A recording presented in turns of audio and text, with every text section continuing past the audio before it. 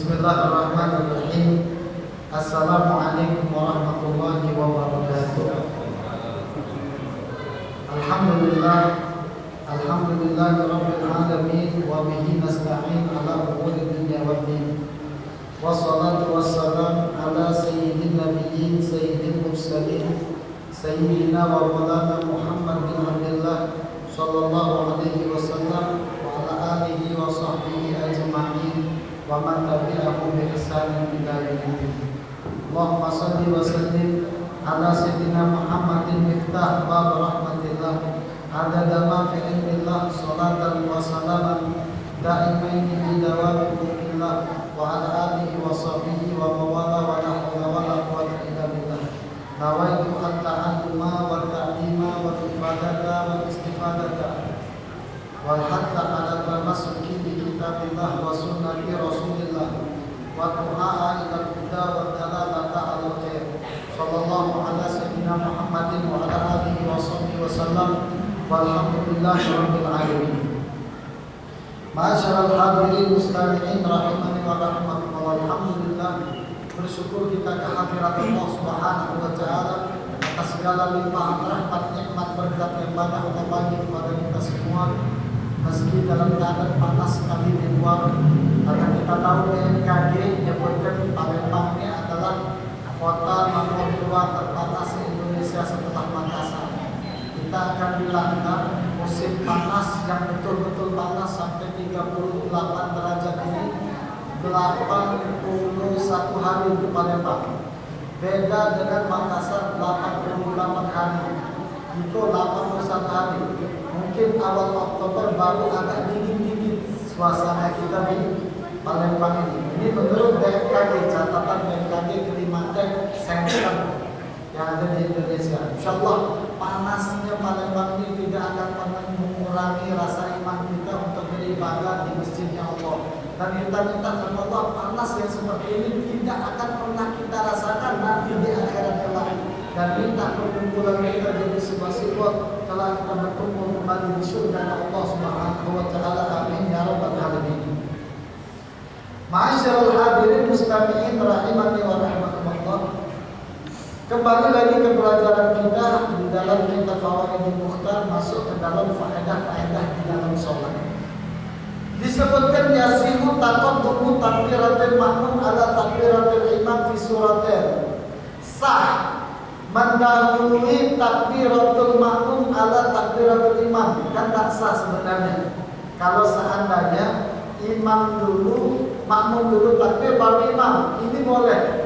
Ada beberapa pernyataan disebutkan idza shalla syakhsun munfaridan. Kalau ada orang yang sholat dewean, fara'a rajulan, kemudian dia melihat ada seseorang qad ahrama bi shalah, angkat takbiratul ihram. Qablahu faqtada bihi, maka dia boleh mengingatkan meloi wong ini. Maksudnya gimana? Di dalam kitab fikih kita boleh mengubah sholat sunnah di dalam kitab fikih ya. Kan kita tidak boleh mengubah niat secara sengaja di dalam sholat dari fardu menjadi wajib. Tidak boleh. Tapi kalau jadi makmum kepada imam boleh. Makmum kepada imam boleh. Tapi kalau menjadi fardu ke sunnah tidak boleh kecuali beberapa syarat kata para ulama fikih. Ini yang boleh seandainya kita sholat dewean biar bisa jadi jamaah. Mana caranya? Ini contohnya. Padahal kita lagi sholat nih, ada orang takbir di depan kita. Hampir aja. Soalnya kita harus praktek. Tapi jangan ini.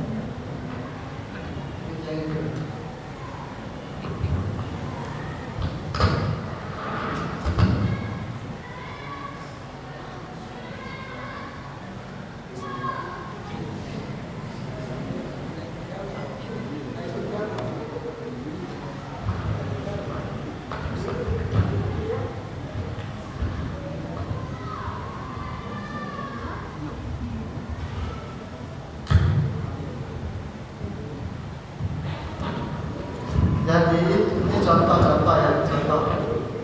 Kan tidak makmum kepada imam, mana boleh? Imam dulu takbir, baru makmum takbir, tak boleh.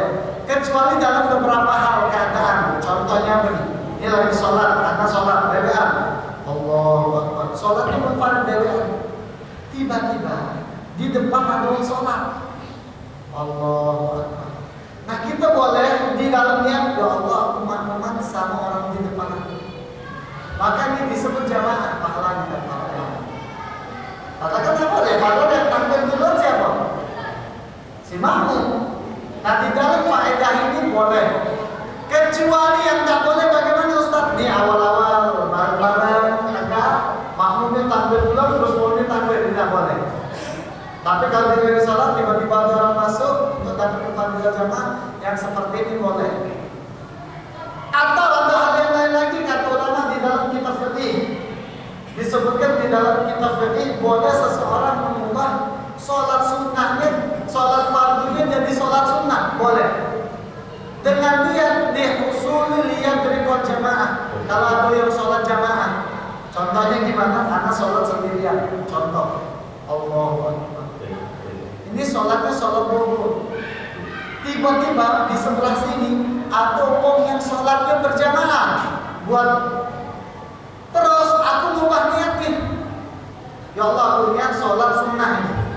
Terus dia ruku, dia salam, dia 2 rakaat, dia salam.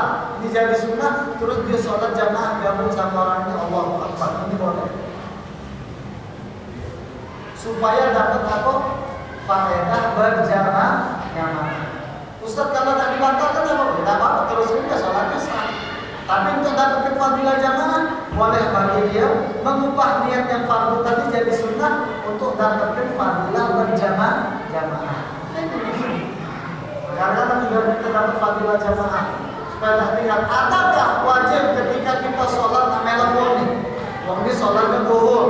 Apakah kita wajib nepuk tangan dia, nepuk dada dia, nepuk bahu dia? Tidak wajib. Kita lihat makmuman bersama dia, tidak jadi masalah. Seorang imam tidak harus tahu ada makmum di belakang siapa, tapi makmum harus tahu siapa imamnya. Imam tidak harus tahu makmumnya siapa, tapi kalau makmum harus tahu imamnya siapa. Penting ya pemahamannya. Pemahamannya boleh? Penting paham? Jadi boleh kita ubah sholat fardu menjadi sunnah. Untuk apa? Untuk dapatkan sholat jamaah. Dengan syarat waktunya tidak mendesak habis waktu. Contohnya sholat itu sholat asar jam berapa asar? Tuh, sholat asar jam 14.58. 3 menit lagi jam 2. Dia sholat duhur jam 14.55. Ada 3 menit lagi habis. Nah, aku sholat jamaah, apa yang sholat jamaah? Akhirnya diubah oleh dia sholat ini jadi sholat sunnah. Ketika dia salam 2 rakaat asar, perbuatan dia haram. Kenapa? Waktunya sudah tak dapat lagi. Kecuali waktunya masih panjang, boleh. Ini ada syarat-syarat yang betul dan boleh. Nah, perbuatan yang seperti ini tidak dibolehkan kata para ulama. Atau ada lagi kalau seandainya uzur bagi imam, tak boleh sembarangan ya, maka dia harus ada uzur. Maka tidak boleh kita mendahului imam. Yang kemarin minggu lalu kita belajar tidak boleh mendahului imam 2 rukun fi'li atau terlambat sengaja 2 rukun fi'li. Kalau terlambat dan sengaja 2 rukun fi'li digabungkan oleh makmum dengan sengaja, maka sholatnya jadi batal. Kecuali kemarin kita belajar nih kita kemarin ada imam tiba-tiba lupa surat di rakaat kedua, sholat isya, sholat subuh, sholat maghrib, lupa menjawab surat, baca suratnya lupa nih imam. Baik maghdubi alaihim waladdallin. Allahu Akbar, langsung lupa imam. Sholatnya sah tak? Sholatnya sah tak? Sah sholatnya. Karena baca surat itu hukumnya cuma makmum belakang. Karena makmum belum baca Al-Fatihah. Apa yang boleh dilakukan boleh terlambat 3 rukun. Rukun yang panjang, bukan yang rukun pendek. Yang mana rukun panjang?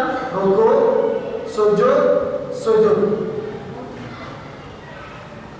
Kalau seandainya sujud kedua sudah selesai, terus bangun si imam ini, makmum belum selesai baca Al-Fatihah, maka sholatnya otomatis batal. Kecuali dia boleh mufarokoh di dalam sholatnya, dia kelar dari sholatnya, dia keluar dari jamaah, dia keluar daripada imamnya, maka sholatnya sah tapi tidak disebut berjamaah. Ini paham kan? Paham kan? Agak menjelimet sedikit. Paham kan? Hah? Paham? Paham? Jadi kalau ada imam lupa surat, imamnya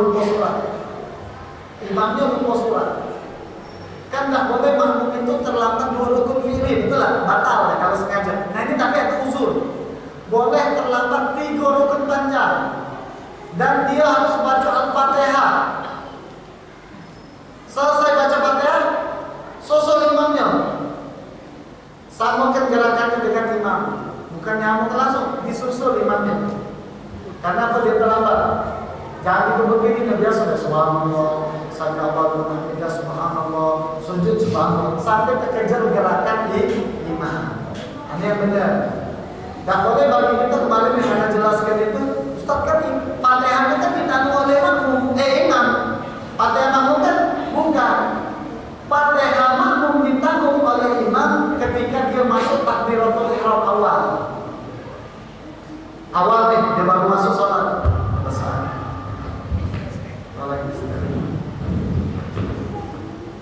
Waktu dia pertama kali takbiratul ihram, Allahu Akbar, imamnya rukuk, dia baru rukuk. Tapi kalau sudah lewat imam dari awal, dia harus selesaikan baca Al-Fatihah dan boleh terlambat 3 rukun yang panjang.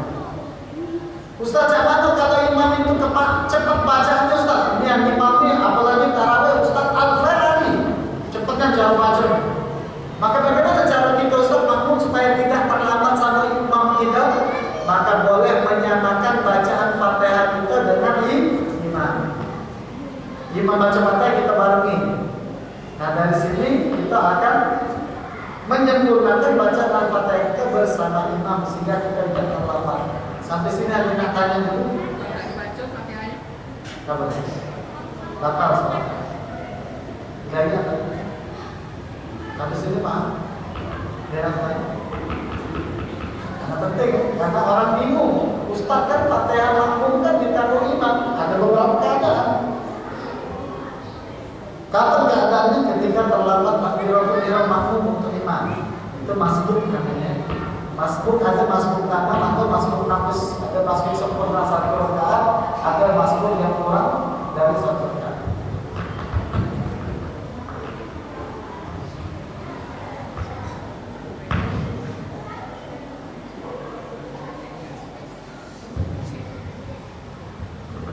Ada yang tanya dulu ke sana. Ada yang tanya sampai sini? Tidak ada, paham ya? Jadi kalau memberikan kopi kepada imam, tapi jadi karena bukan wajib, jelas sudah wajib. Ini bukan ya? Sunnah saja. Tanya, dia tepuk bahunya, isyarat tangannya kasih tahu. Kebiasaannya ngasih tahu itu ketika sholat jahar, biar dia bisa mengeluarkan bacaannya. Tapi tidak wajib bagi kita sholat berjamaah itu sama dengan sholat yang kita gawekan. Contoh kalau ada orang yang sholat ba'diyah zuhur, atau orang yang sholat ba'diyah zuhur, kita boleh berimamkan dengan dia. Maka imam kalau saya kayak gini, tidak perlu ya, tidak perlu. Boleh bagi seorang makmum berimamkan orang yang sholatnya beda dengan dia, kecuali sholat jenazah. Kecuali sholat jenazah boleh deh. Kalau sholat jenazah, kalau sholat jenazah kita sholat zuhur, kita rukuk dia takbir lagi kita i'tidal, kan tidak semekuk. Nah, ini kalau sholat jenazah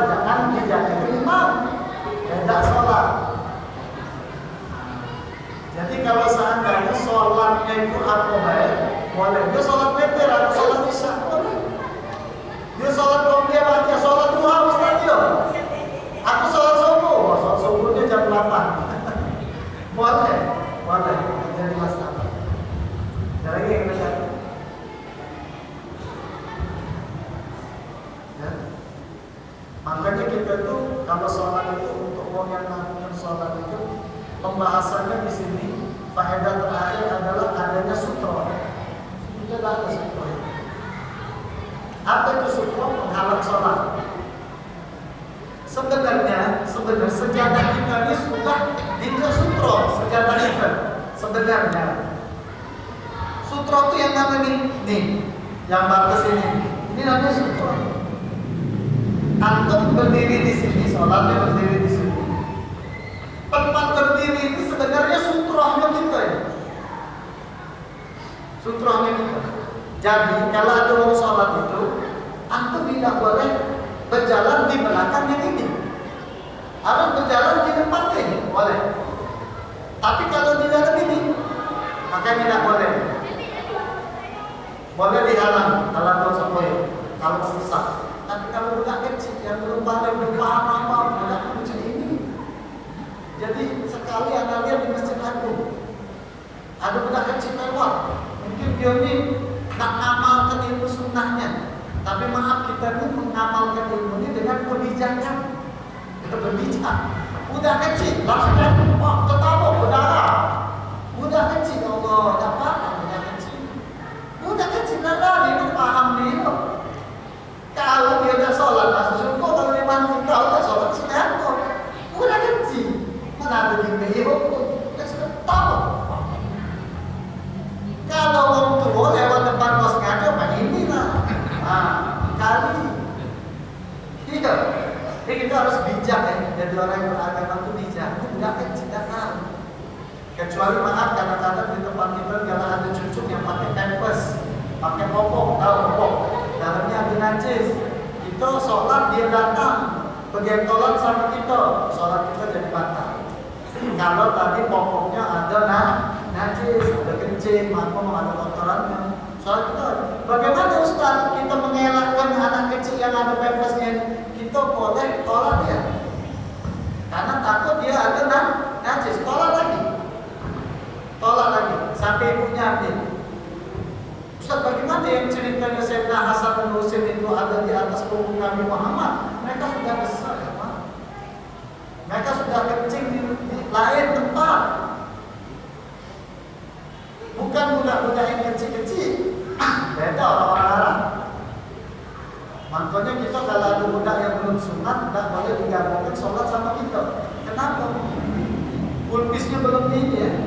Kolomnya itu belum dipotong, sehingga ada smegma. Mana nama smegma ya? Apa dia bahasa kelempat kan? Tai itu nah itu nah. Apa patah bahasa kelempat? Tai itulah ya. Kalau bahasa ilmiahnya itu smegma. Jadi kalau kencingnya itu tidak bersih, kolomnya itu menahan bekas kencingnya tak keluar secara sempurna. Jadi tertutup. Terus kencing itu rendas ke wadah kantong kulumnya itu mengering, mengendap, jadinya ada warna berputih, warnanya putih. Kata jiwa petai itu ya, maaf ya kotoran itu. Kalau bahasa ilmiah smegma, nah itu kan najis karena berasal dari kencing. Maka kalau dia sholat, kalau nanti dibersihin benar, dicemui benar, dia tidak boleh sholat sebelah wong yang sholat sudah sempurna. Kenapa? Takutnya kita ini termasuk wong yang bawa najis kayak gitu. Paham ya? Sampai sini ada yang tanya. Alhamdulillah jamaah sudah sunat semua ya. Sudah sunat? Sudah sunat kan alhamdulillah. Sudah ini. Betul nggak?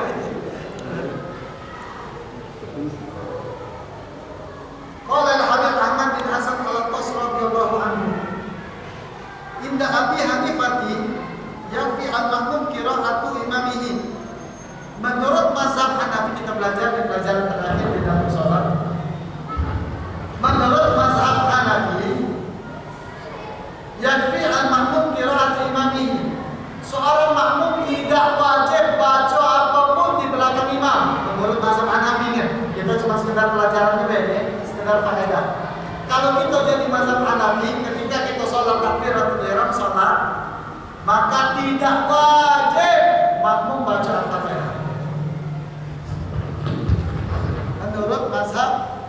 Menurut mazhab siapa? Mazhab Hanafi. Wa inna Malik, menurut mazhab Maliki, tukrahu qira'atul makmum. Kalau makmum baca makruh. Kenapa Ustaz menurut mazhab Hanafi sama Maliki ini makmum baca Al-Fatihah?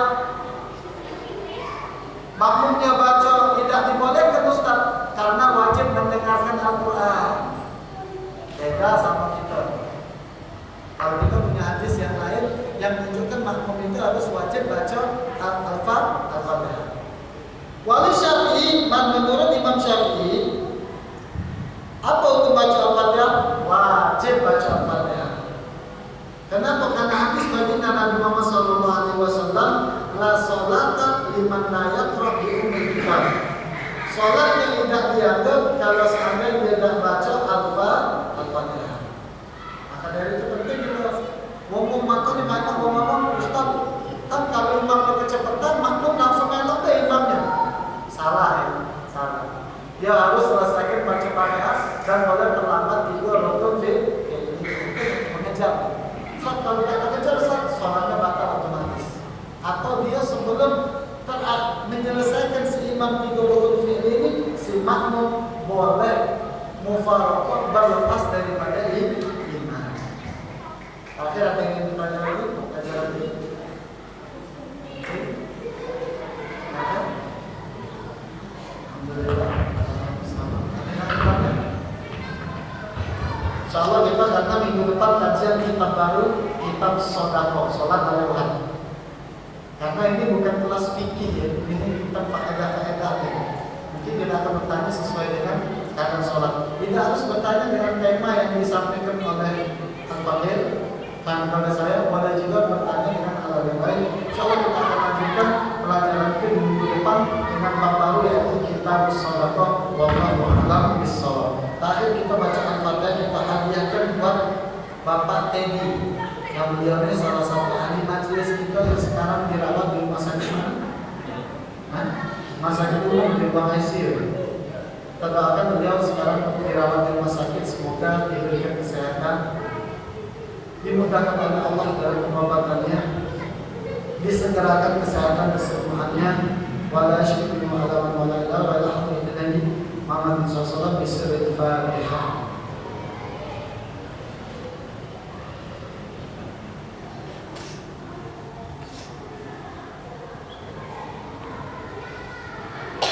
Dan terakhir kita pun baca Al-Fatihah, kita akhirkan buat orang-orang yang telah mendahului kita. Siapapun itu semoga diampunkan dosa, diterima amal ibadah di tempat yang terbaik. Juga Al-Fatihah kita akhirkan buat diri kita sendiri, buat orang-orang, buat orang tua kita, buat guru-guru kita, buat anak istri keturunan kita. Semoga dipanjangkan umur dalam taat, berkat sehat afiat, bahagia selama dunia akhirat, diberikan rezeki yang halal dan thayyib yang berkah, dimudahkan hajat urusan dunia akhirat, panjang umur dalam taat, dosa-dosa diampunkan oleh Allah, meninggal husnul khatimah fi khair wa afiyah, masuk surga bersama baginda Nabi Muhammad sallallahu alaihi wasallam. Wa ila hadratin Nabi Muhammad sallallahu alaihi wasallam bi sirril Fatihah.